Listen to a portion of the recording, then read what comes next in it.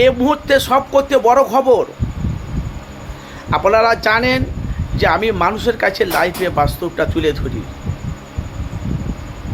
আজ থেকে 2 মাস থেকে 2.5 মাস আগে আপনাদের কাছে আমি বলেছিলাম না, তো তৃণমূলের প্রার্থী হবে কাশেম সিদ্দিকী আর লড়াইটা হবে ভাঙড়ে আইএসএফের সাথে। হ্যাঁ, কথাটা সত্য।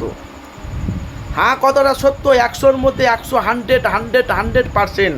আমি কিন্তু আজকে 2 থেকে 2.5 মাস ধরে আপনাদের কাছে আমি লাইভে, অথচ মানুষের কাছে বাস্তবটা তুলে ধরছি। যেহেতু আপনারা জানেন যে মুখ্যমন্ত্রী মমতা বন্দ্যোপাধ্যায় যখন এসেছিলেন ইফতারের পার্টিতে, তখন থেকে বাংলার মানুষ জনগণ বুঝতে পেরে গেছিলো তো তৃণমূলের হয়ে কোনো একটা পথ নেবে।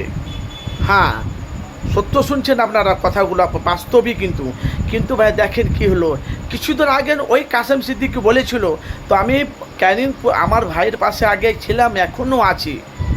কিন্তু আমার ভাইয়েরা সামনে বিধানসভা ভোট আসে, আমার ভাইয়েরা একটা চিন্তা ভাবনা করুক, তারা একটা সমালোচনা করুক। তারা যদি আমাকে বলে কি, তারা যদি আমাকে অনুমতি দেয়, অবশ্যই তারা সামনে বিধানসভা ভোট আমার ভাইয়ের পাশে আমি দাঁড়াবো। তো আমি দেখছি আপনি বলেছিলেন এর আগে কাশেম সিদ্দিকী আপনি বলেছিলেন যে আমি নওশাদের বিরুদ্ধে, মানে নওশাদের পক্ষে হয়ে আমি, মানে নওশাদের বিরুদ্ধে তৃণমূলের প্রার্থী কাশেম সিদ্দিকী আপনি হয়ে লড়বেন ভাঙড়ে। বলে না, আগে আমার ভাইয়ের পাশে থাকবো, আমি আগে ছিলাম, এখনও থাকবো। আমার ভাইজান কী বলে সেটা দেখবো, তারপরে পণ্য বিরোধী দল। কিন্তু উনিও বলেছিল ফুরফুরা শরীফ থেকে যখন একটা কাশেম সিদ্দিকী, ফুরফুরা শরীফ থেকে যখন ভাঙড়ে যখন এমএলএ নওশাদ সিদ্দিকী, আমিও ক্যানিং পূর্বে দাঁড়াবো, ওখানকার মানুষ অক্সিজেন পেয়ে যাবে।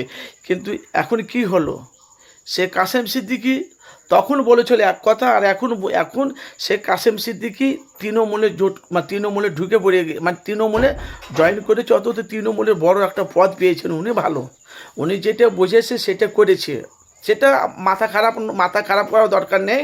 উনি বলছে আমি বাংলার মানুষের সেবা যত্ন ভালো কাজ করতে চাই।